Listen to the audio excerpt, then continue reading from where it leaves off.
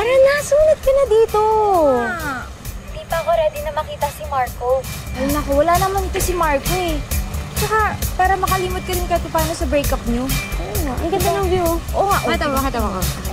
Oh, ayan o. Oh, may pool pa. Ka na dito. Tara na. Let's go, dali mo yung swimwear mong maganda. Pare, si Ash yung nasaktan pero ikaw nagmumukmuk friend.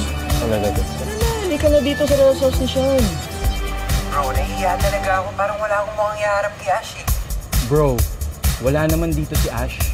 Tsaka, chance mo na din to para makapag-isip-isip ka ng diskarte mo, paano mo siya mawi-win back, diba? Tama. Tara na. Tara na, ang sayaw. Tara na. Tara na, may swimming pool dito. Oo, swimming tayo. Billiard, tara.